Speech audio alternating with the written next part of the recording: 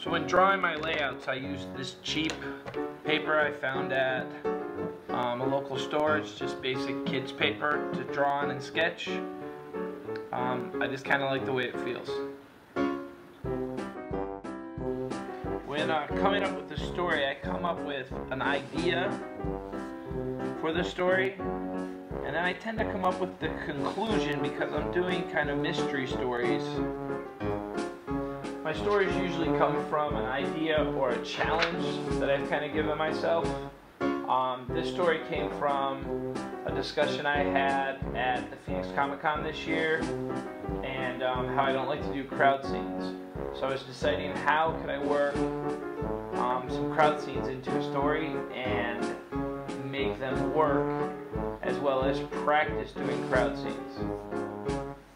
So the idea occurred to me to have Harold do like a training day exercise where something's lost in a group of people and he has to find it.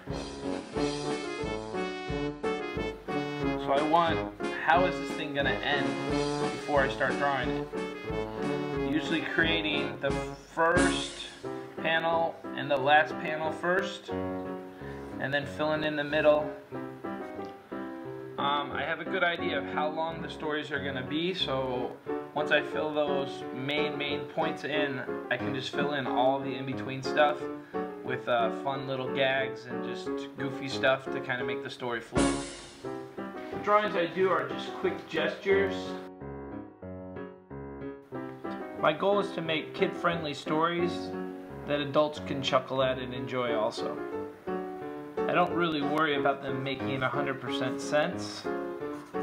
If I write something that doesn't work out, a couple pages later, I'll try to explain it. I started drawing with highlighter because I had to draw late at night one time, outside, and I thought it was going to be pretty dark, which it was, and I figured I'd be able to see the highlighter in the dark. I was wrong. The highlighter didn't show up in the dark, it actually made it harder to draw. But when I looked at the pages after I was done, I really liked the way they looked and I felt they had a good energy to them, so I continued to use it. After I finish a story, usually I like to sleep on it, or at least walk away from it for a while, and then come back and read it to make sure I didn't miss anything.